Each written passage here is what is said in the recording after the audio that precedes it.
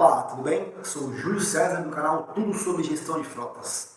Nesse vídeo você vai ter a oportunidade de assistir um trecho da entrevista que eu fiz com o empresário Daniel Santos. E nele a gente vai falar sobre a política de utilização dos veículos da empresa. Vale a pena conferir porque provavelmente você vai se identificar com algum trecho da nossa conversa. Acompanhe aí.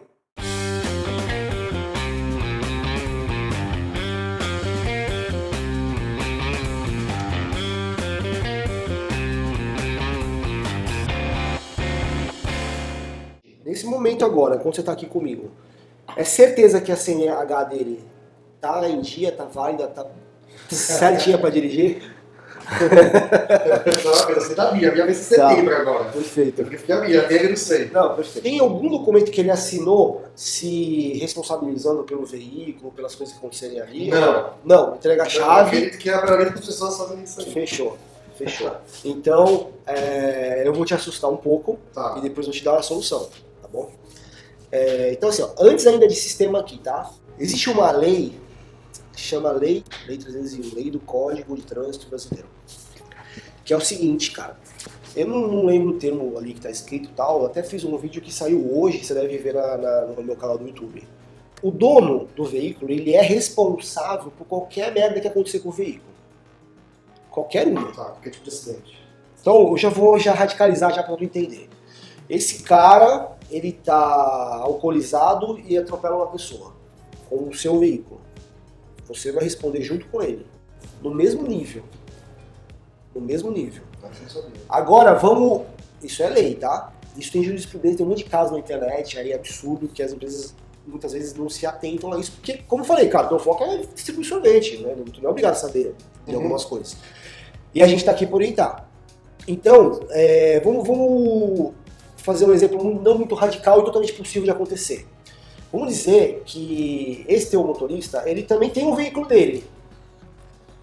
Ou dirige o veículo de alguém, sei lá.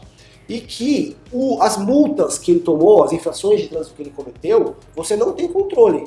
Você sabe o quê? Aquelas que chegam para você, que ele tomou com o seu carro. Sim. Mas a que ele tomou com o veículo particular dele, você não sabe. Não sei. E a CNH é uma só.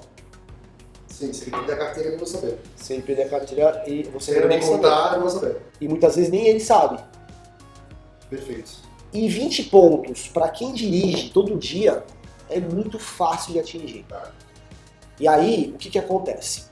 Esse teu motorista pode estar indo com sorvete refrigerado, ele separado numa blitz, porque hoje é online, dá o documento, ele vai bater lá. Se tiver mais de 20 pontos, pode parar.